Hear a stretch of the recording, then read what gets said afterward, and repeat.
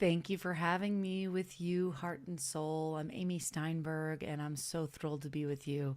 This is a song of mine called Power.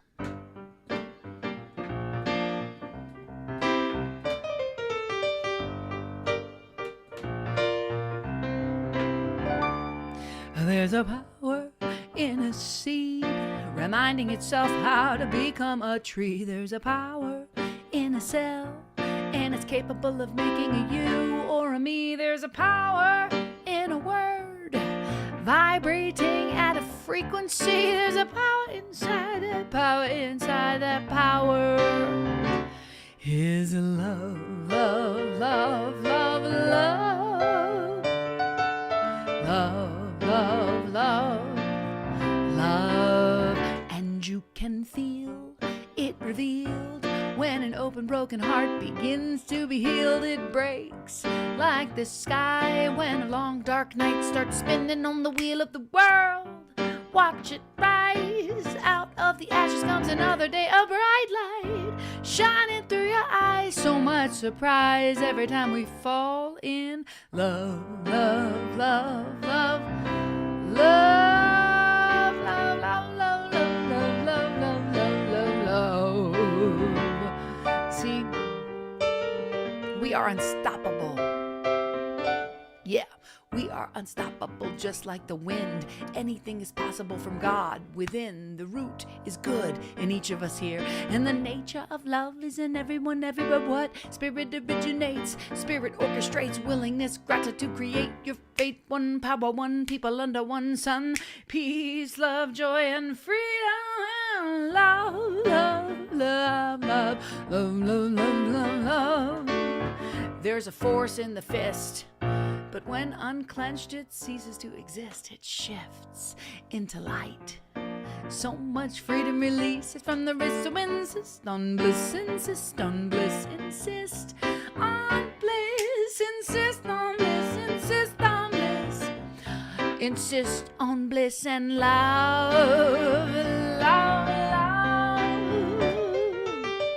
It's really down, love, love, love, love, love, love, love, love. There's a power in a seed, reminding itself how to become that tree. There's a power in a cell, and it's capable of making a you or a me. There's a power in a word, love, vibrating at a frequency, and there's a power inside that power, and back of all that power, you know what it is. You know what it is. It's love.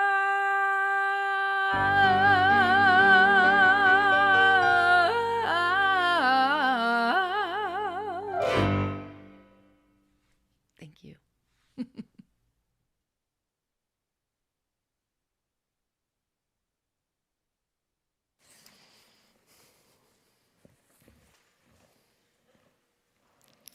Good morning, heart and soul.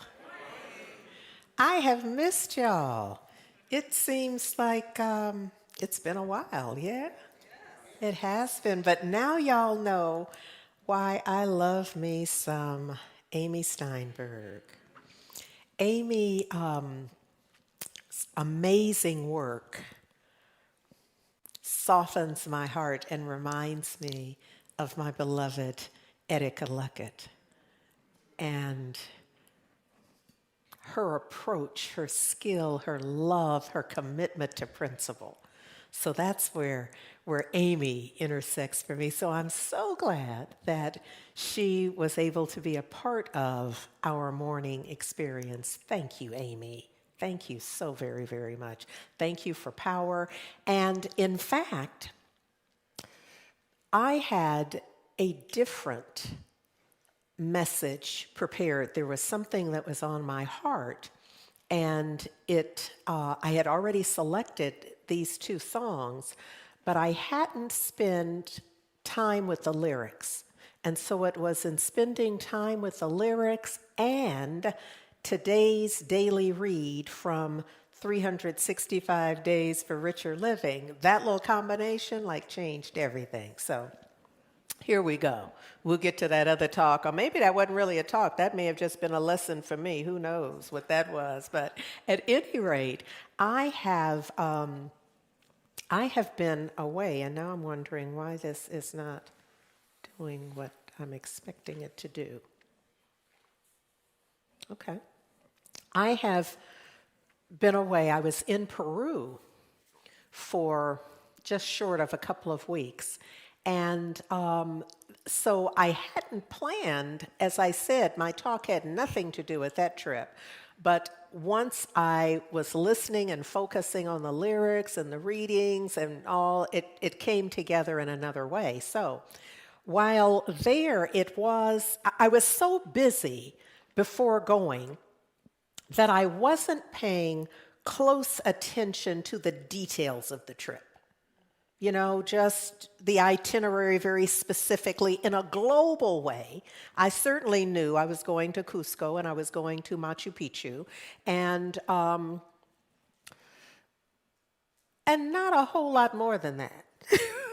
Frankly, you know, I knew to get packed and get ready, and I knew because I trust my dear friend Reverend Karen Fry, who owns she and Reverend Dr. Petra Weldis, who own Spirit Tours, you know, I trust so completely that I was just getting packed and going. And once there, mind blown. I was actually on the plane from Lima to Cusco when I remembered that my youngest nephew loved The Emperor's New Groove. Those of you with youngsters know that little animated number, The Emperor's New Groove. And my youngest nephew, who's now, I think, 26, but then was probably 3 or 4, and I would just, you know, how when the video would end, the DVD would end, there'd be the music on loop that could drive you crazy. But, you know, he loved it, so he choreographed to it. And so all of that came to me because The Emperor's New Groove is staged in Cusco, and that's where I was headed. And I texted him and said, I'm gonna be on the lookout for the llamas and the emperor. And so I would send him a message from time to time that would say, "Here more llamas, still no emperor," you know. And we just had a little moment with that. But some of what was present for me while in, while in Peru comes from what we are launching for the month of May with our May theme for focused prayer, principles, and practice. You've seen it because we had it on the slide earlier. The affirmation, the theme is from good to great to grand. Let's say that together, but first, let's lock it in as an intention. Let's breathe that in, an intention of from good to great to grand. That's what we are opening ourselves to, yes? So the affirmation that we affirmed earlier is, I allow my consciousness to rise to a greater and a grander realization of the divine presence. My sense is whenever we set that as an intention, something more can happen. The other reason that I wasn't really tapped into the trip and what the itinerary was and the details of it is because there were some things going on for me. I was having some work done on my home. There were some family situations, and there were things going on in Heart and Soul as well. And so I was really busy with that. And so this notion of focusing in a different way is real. And so what I've come to share with you is that religious science, Science of mind, which is the philosophy that we teach and endeavor to practice, really supports us in, now I don't know why that's up there, but I see y'all trying to make some connection in there. I'm not clear you can. So I'm just trying to put y'all at rest here and at ease around it, because I'm really trying to lay the foundation, because there's some things I'm going to share about the trip. But this is not like I went on a trip and so come hear about it. This is more, at least in my mind, it's a sense of whatever we do, we're always doing it in the context of who we be. And this notion of who we be has everything to do with the intention that we've set for our life. Now, having said that, you have set an intention either consciously and intentionally, or you just live in one. And sometimes the intention that you're living is not yours. It's not, but by conscious choice, I mean. It's clearly yours if you're living it. But what I mean is it's not necessarily yours by conscious choice. You may have just accepted Big Mama and them intention for your life, or it may not even be your life. It may have been one that they set for someone else, and you have managed to make it your responsibility to pick it up and somehow live it. And not necessarily with the whole of your life, but sometimes it's like with certain instances, certain situations and circumstances in your life, you will even be surprised at how you might respond. So the one thing that I had going on prior to going to Peru, specifically to Cusco, because the elevation is so high, and a year ago I was hospitalized with heart arrhythmia. And so I had some trepidation every time I prayed about it and sat with it. And the whole truth is, there was a moment when I thought, I'm prepared not to go. That's what trip insurance is for. I'm prepared not to go. I knew not to call my physician and try to have a conversation, because he's not just as evolved as I need him to be around the power of intention and infinite possibility and choices and prayer and awareness. Good man, knows, he's a professional, so he does that, but we have to meet somewhere. Is this making sense? So I left here with some trepidation, but I was working it out. I was wanting it not to be trepidation. I was wanting it to be that I would be surrendered in this and would know something. And I found myself, full disclosure, kind of sliding back and forth. There would be those times when I thought, okay, so I packed me a little elevation stuff and altitude stuff, and I didn't have to touch it. It stayed in the little Ziploc bag, and I was all right. I had to go through my own process because it's hard breathing at that elevation. And I don't remember what it is, but I have it here. Y'all probably know, because you were reading ahead. So look, its elevation is over 11,000 feet. Oakland is 43 feet above sea level. So you can sense that has a difference. That's a different experience on the body, on the heart, all of that. And now this experience also, because sometimes on my phone, when it would rain here of late, I would get a flood warning for Oakland. And I would chuckle to myself. And I thought, now I understand. I had no idea that our elevation is so low that we are so close to sea level that raises some things. So while there, what it means is that it's hard to do anything, like sometimes walking in the hotel room from one area to another.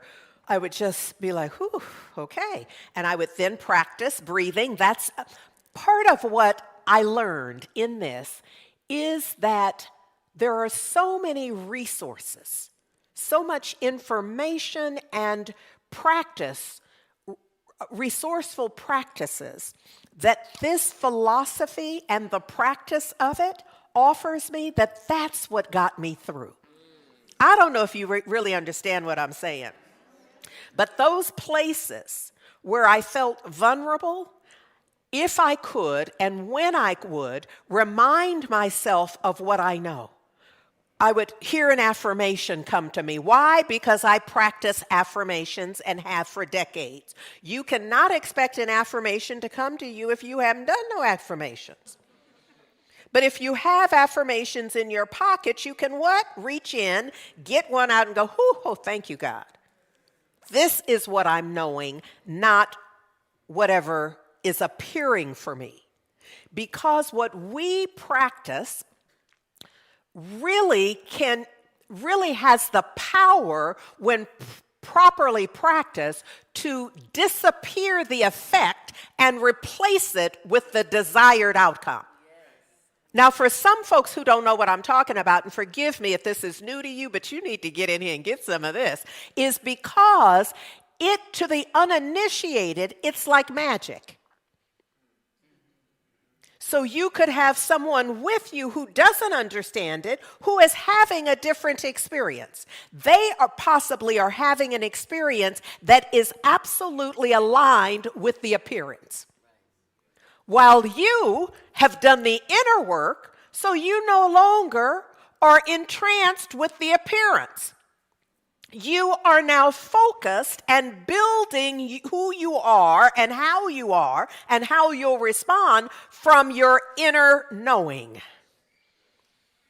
And that can be a huge difference. That can be the difference between living well and not so well. This is what I love about from good to great to grand. Because it's starting at good. Everybody doesn't. Well, I don't think you understand what I'm talking about. It's not like good is the what you call it, the starting line. There's some other stuff. It's just that we're not entertaining the bad and awful and the horrible. It's not that there aren't those who are living in an experience and interpreting it that way, holding it that way, responding to life from that. Instead, it's like, it's laid out for us. If you're in a spiritual practice that is working for you, it's laid out for you so that, if y'all can't see that because it's intentionally set that way, but I can, so that it's like, we're almost start. I'm not starting there. You pick a starting place. So we're saying start at good, unless you already at great, then move yourself on over to great, and then work your way to grand. I hope this is making sense. I hope this is making sense to you, because this is why with the reading and Amy's lyrics with power that I came to, I thought I've got to share with them about this, because as much as I loved it, it was challenging. And there's something about, no matter how one works it, there's something about a certain number that represents how long you've been living life. That in what we call the healing profession means that it's like there's a key number for birthdays. And from that point on, there's a different relationship. There are a different set of tests. There's a different conversation. And I really thought, I thought I was going to skip that. But it's triggered in a way that, and so the mind really has to work to encase itself in its own belief. You got to choose for yourself. If not, you will be invited to be enslaved to a whole different idea about who you are and how you are and what you can expect. Yeah, see, I'd had a little lab test before too. And so that was on my mind as well. I'm not entertaining it, so I'm not sharing it with you, but that was on my mind as well. And I thought, no, I'm going to have to either be at the effect of it. I'm going to have I have some choices. I can be at the effect of this, or I can choose to know something. And so this was quite the learning experience. I'm going to need a certificate or a ribbon or a button or something now that I realize that this was really more than a pop quiz. This was an opportunity for me to show me, for me to see in a new practice way. Okay, so look, science of mind and spirit teaches the unity of all life, and that's a beautiful thing. I mean, look at the way it just rolled off my tongue. The unity of all life, but what is that? That's something that really is happening, but only at the level of your awareness. So you can enroll or not enroll. It is true, but you don't have to experience the unity of all life. Oh, the lessons abound. Intentions and ideas flow through a field of consciousness. If you're thinking, now what's this consciousness stuff they keep talking about? Replace consciousness with awareness, just for right now. So what I'm saying is that intentions and ideas, my intentions, my ideas, flow through a field of my awareness. Yes? All right. And that awareness, whatever it is, whether it's an awareness that, my doctor has a different feel about it, or my family, or friends, or neighbors, or whatever it is, all of that, my awareness and how I file it, what I think it means, the credit I give it, the weight I give it, the degree to which I invest in it, all impresses, affects, and creates my world. My thinking, my believing, my engaging then produces my world, my experience. Now, we're all in the same room right now, but there are multiple infinite worlds right here. And although we make up and say to each other, we're having the same experience, and we often agree with each other, it's not so. We're each interpreting it and impressing it with our beliefs, our values, our vision, our view, our perspective around it. Does this make sense? Is there any question about that? Because this is central. Is there any question about that? Yes, ask it. For real. I don't fake ask question. Do you start your life with a particular lens around that, though? And can that be disrupted? Like, I'm just wondering about, like, what happens throughout life in terms of being able to, you have an experience, but things happen, and then you start to see the world differently. And I'm just wondering, how does that factor into that? Thank you. We're going to bring you the mic. No, not for you.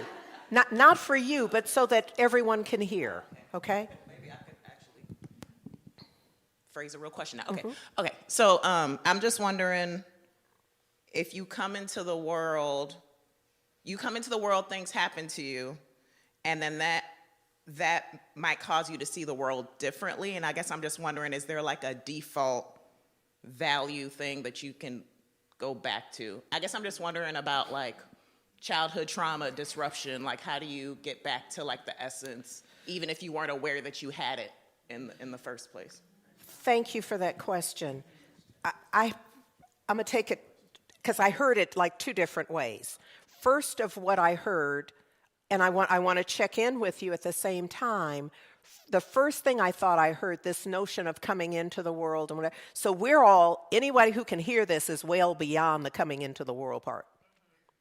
So I'm going to ask that we start after that, because I mean, I know we sometimes will talk to each other like there's a clean slate or something, but it isn't. We are wherever we are, and we have to start from wherever that is. So I also want to start almost from the assumption that everybody's had some trauma. And there's no value in, there's no game that, you know, who has the most and who has the least. We all have some, and this process is going to be the same. So what I'm going to say is the most powerful tool that comes up for me in wanting to respond to this is choice. Free will that every human has on some level. Now, there are those, part of the reason we have this portrait of Mother Harriet here and that we claim her as our matron saint is because almost inherent in some of our response to having been traumatized, having had whatever has happened to us that has an imprint, a painful imprint, that our knee-jerk almost response could easily be, and we would want to have some empathy in our response to that response, that I can't do nothing. I'm wounded and I can't do anything. And there's a part of that feels so real, and then I say, Mother Harriet, help us out. Because there's always somebody who went through something similar or worse, who didn't let it stop them, who still saw a way, who still felt empowered, maybe not in the entirety of their life, but enough to not let that kill them. There's not a one of us who hasn't had at least an experience where we could legitimately say, I could have died. I could have just died, either by choice or by tragedy, by impact, or somewhere on that continuum. But there is something in us that had us not choose that. An energetic presence. And that's what I'm wanting to talk about. Does that answer? Does that help? Yeah. So we are at choice, which is what I started. I literally considered not going. And then I thought, don't you check that insurance policy. Do not. I didn't even want in my consciousness what that was going to be, that I'd get my little refund and it would just, you know, I'd be at neutral and it would all be okay. Nobody knew I was going much, so nobody would be going to ask me. And I didn't want to have any conversation in advance of the altitude and what I was going, because I was already, look, sometimes I have to remind you, when I'm speaking to you about this, I'm not talking about my trip, I'm talking about your life. I'm just using my trip as a way to get in there. You understand what I'm saying? So don't get caught up in the trip. The trip is how we do ourselves. How we so easily can give up. How we so easily can, would you understand if I say turn tail? You know, just have all the plan, the full investment. And then in a moment of question, just be like, no. And then tell people I didn't want to go anyhow. I didn't want to do that anyhow. To protect our feelings. So what I heard in Amy's song, Power, I love that. What I heard was there's a power in a word vibrating at a frequency. And there's a power inside that power.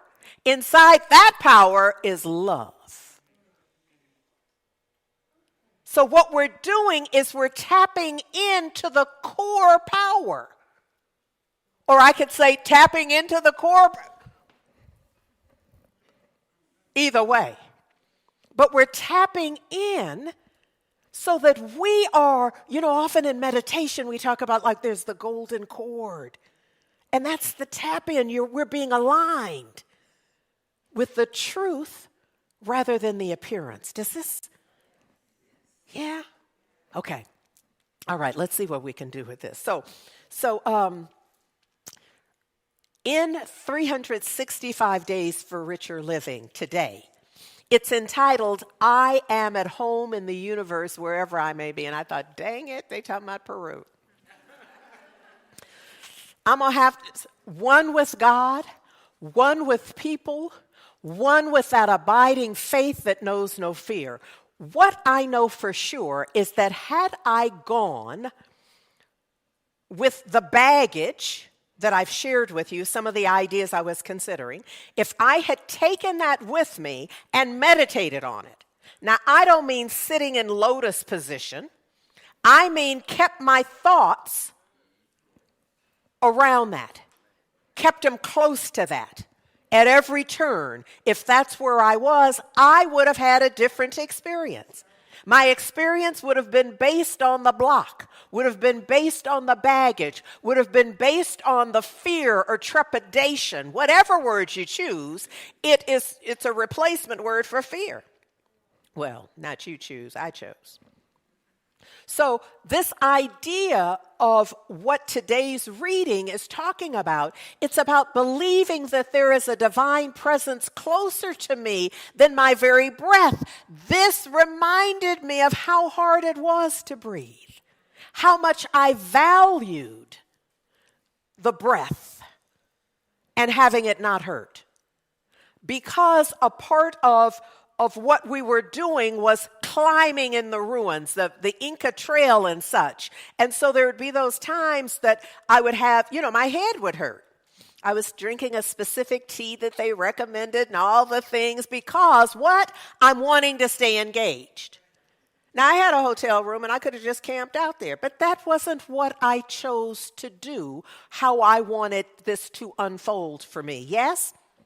Okay, so instead, what would happen is, with that, there'd be hard to, and then there'd be a point at which you'd be like, okay.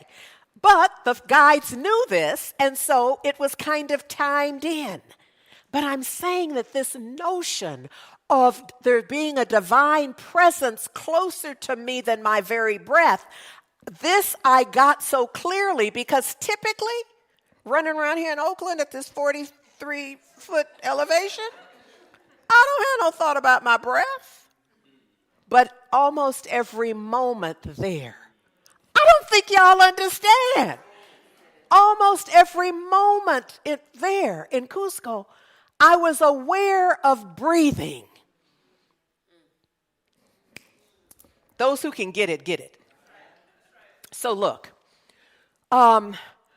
Ernest Holmes and Raymond Charles Barker go on to say, looking upon the circumstances which surround me, I bless them, even what?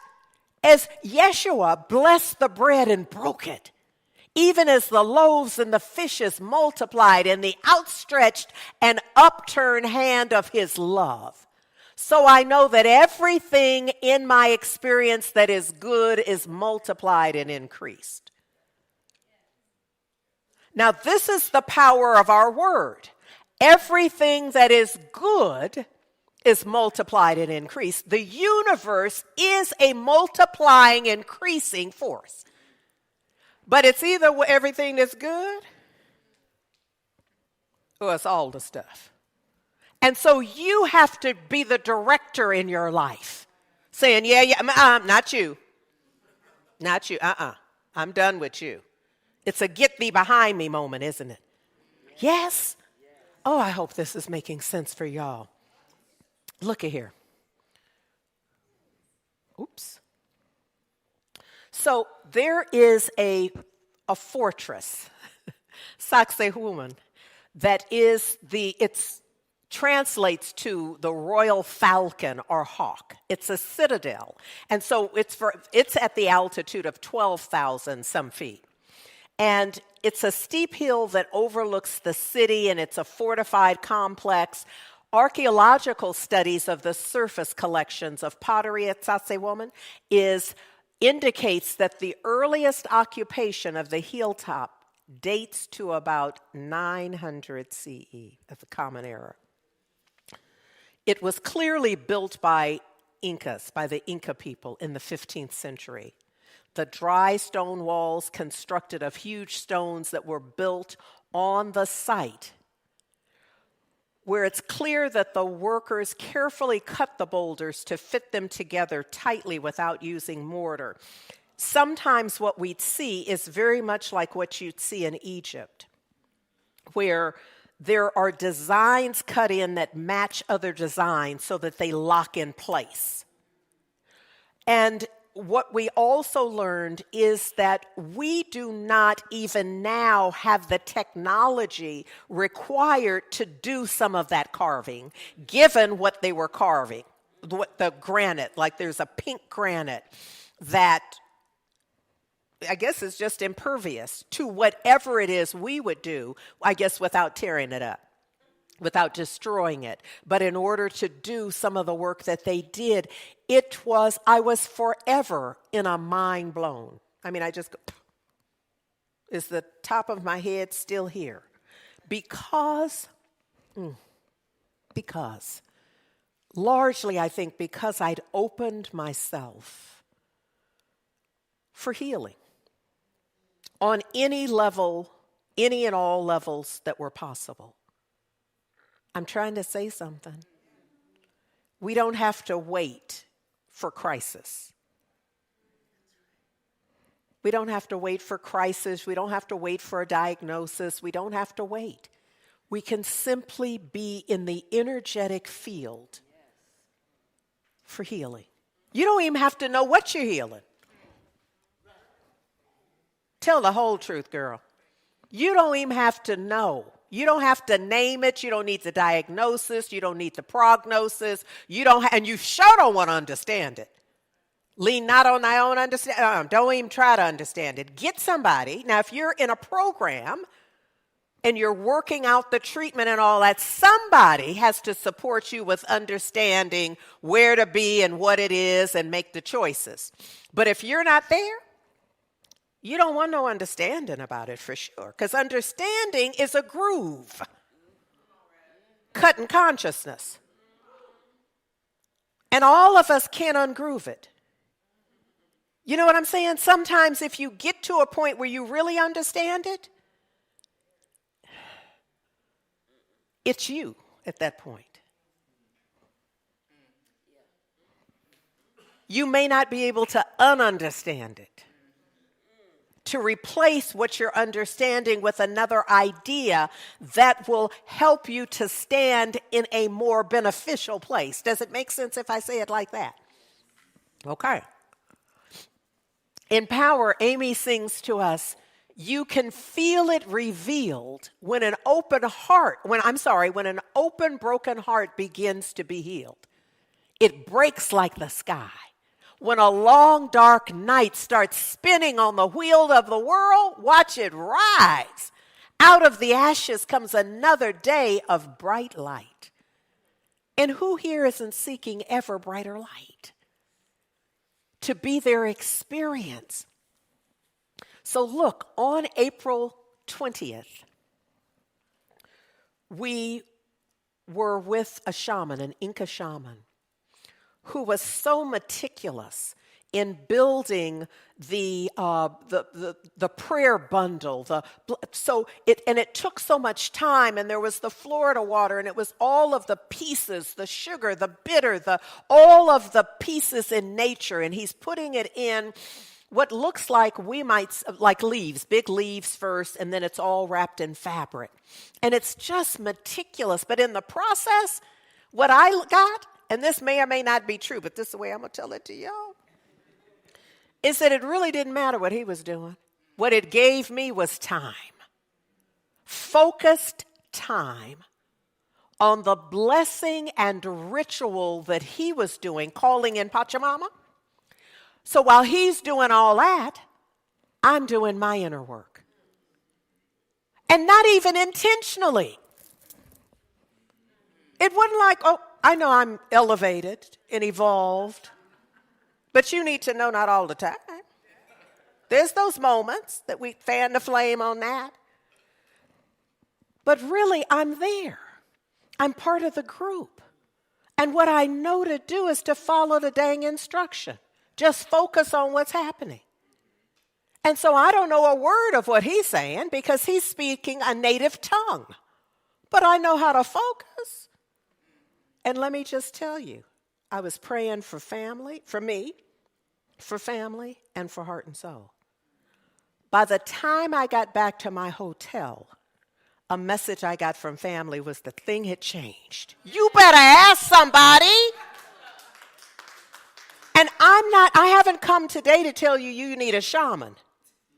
What I've come today to say is you need to focus.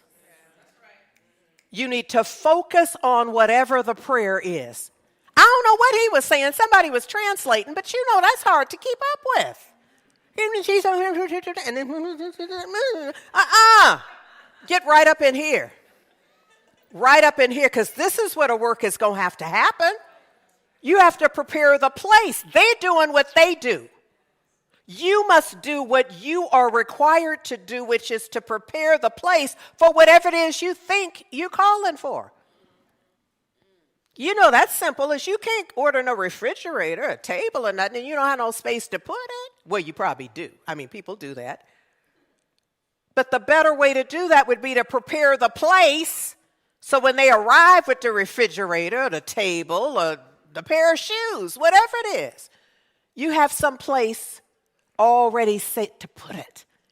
And so it is in your life that you have a place for the healing. You have in your life, even if it's somebody else's healing. Oh, do I need to talk about that? That sometime the prayer you're praying, you're not even ready for that outcome. You're not ready for them to be healed. You're not ready for them to come home. You're not ready for, and I don't mean in your conscious mind.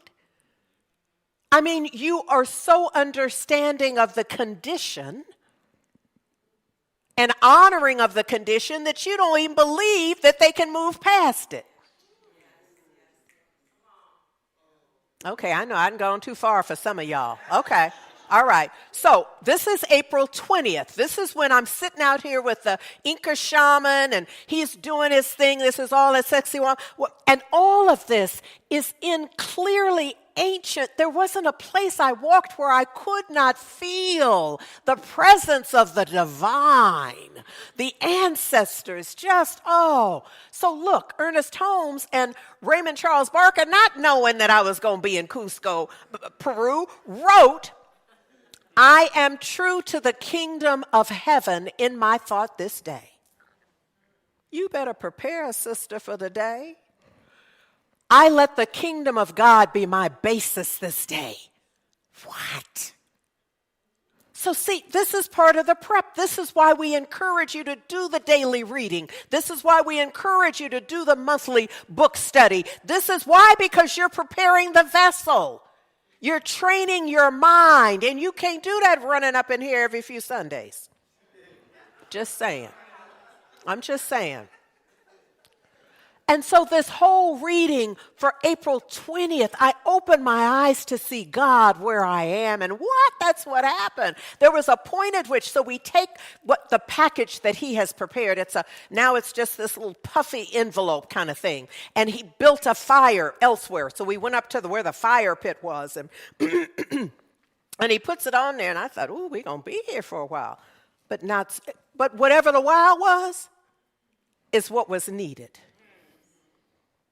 Is what was needed. And it didn't take nearly as long as I thought. I need you to say that it won't take nearly as long as I thought. You know, to just take that in.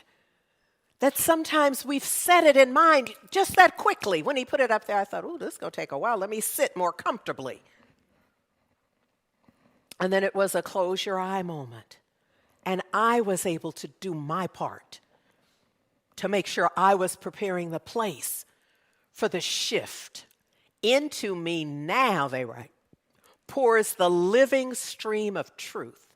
And I give it full power to act what? By means of me. Choose me, I'll go. I'll be willing to have prayer answered.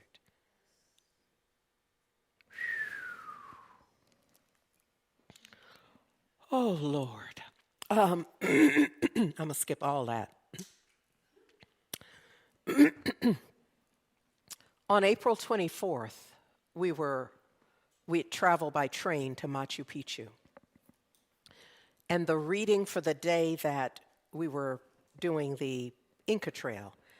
And it's known, a neighbor passed the other day. And my goddaughter had a bag I brought her from Peru. And she was complimenting it, and we said, it's from Peru. And she said, oh, did you go to Machu Picchu? I said, yes. She said, did you climb? She said, you must be in good shape. And I was like, yes. Yeah, I know a pop quiz when I see one. Yes. Yes, I am. But look, when we got there to do it, so there are multiple levels, and we were only going to be in either the course 1 or course 2. And I had decided I was doing course 1 because I had my reasons. But some of the folks in the group, now it was obvious that you needed the course 1 because there are some folks who could not have made the other course, who could not have done it, or that would be the appearance. Well, I was going to be right with them, was my thought. And somebody said, girl, come on with us. And that just, I said, okay. And I thought, okay, I'm trusting. And of course, it was already planned in that there were stops along the way, and my head was going to explode, and I just, I got used to, just bringing it down and breathing, and then we went on. And then there was a point at which we're at a high point, but there's higher points. We're at a high point, and I'm looking out, and I think you can see some of the photos there. And when I knew anything, we were on our way down. And I thought, now you see, that right there, let it go. Let it go. I'm doing my best. I hope this is working. Y'all know I'm not talking about Peru. I'm talking about your life. I'm talking about your choices. I'm talking about the upcoming doctor appointment. I'm talking about the consult to walk you through the test results. I'm talking about your meeting with your broker. I'm talking about whatever is going on in your life that you're holding as a challenge. And I'm just using as the metaphor my trek on Machu Picchu, which I'm so grateful for. I know I'll carry it the rest of my days as a thing I thought I couldn't do. As a thing I had some trepidation around my health capacity. And what I got was push the envelope. Don't be stupid. I'm not suggesting that. I'm not inviting foolishness. But there really is a knower. And I was going to play it safe. And I'm so glad that I didn't. Because what? God gives to me all I am capable of receiving. Right there. My consciousness alone determines the richness or the poverty of my thinking. I am the recipient of all that God is. And today I increase my knowledge of God. This is my true source of supply. Knowing this, I open my mind to receive the inflow of spiritual inspiration. Now, spiritual inspiration, I'm believing in this, I'm just seeing this now, was the voice that said, girl, come on with us. We don't know how it's going to come. It's not going to be in the burning bush. Not likely. It'll probably be a little whisper. And you'll make a choice about whether you can step up to meet it.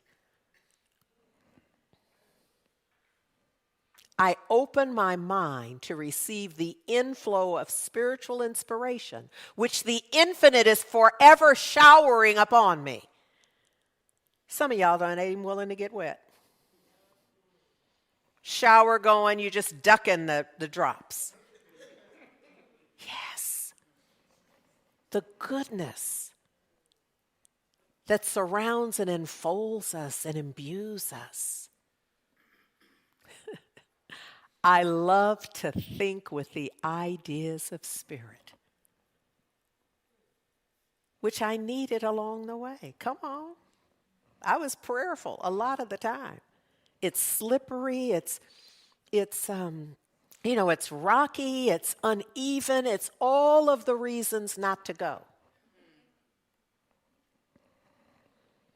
Unless it's yours to do and to be.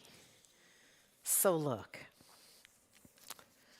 my beloved Amy, so grateful for her being with us.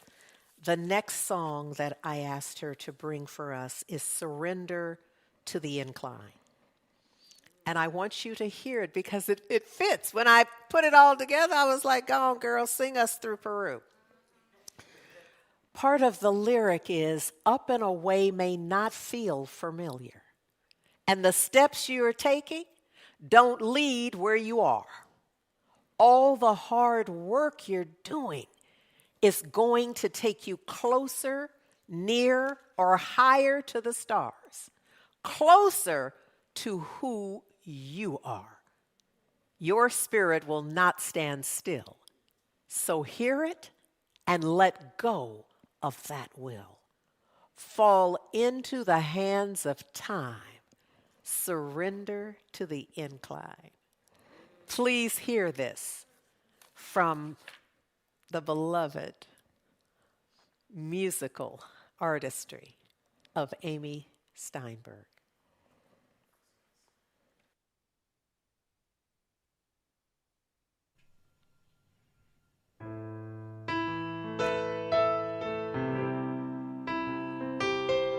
When your feet feel a shift in the road,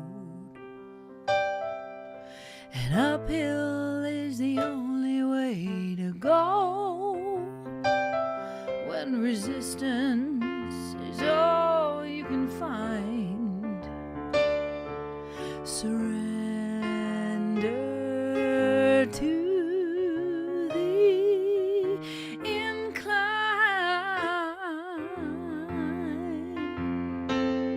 When the levels all seem locked and the easy way is blocked, and that roller coaster is clicking up the climb, surrender to the incline. Up and away may not feel familiar, but the steps that you're taking, they don't lead to where you are. All the hard work that you're doing is gonna take you closer, nearer, higher to the stars, closer to who you are. See, your spirit, it will not stand still. So hear it and let go of that will. Fall into the hands of time. Surrender, surrender, surrender.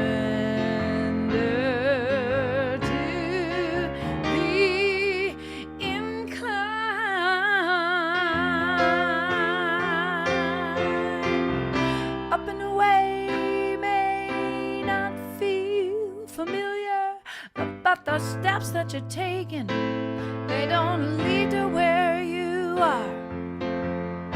All the hard work that you're doing, it's gonna take you closer, nearer, higher to the stars,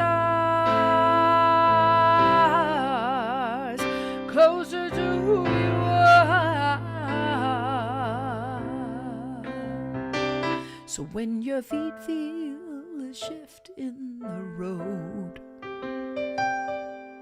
and uphill is the only way to go, when resistance is all you can find, surrender.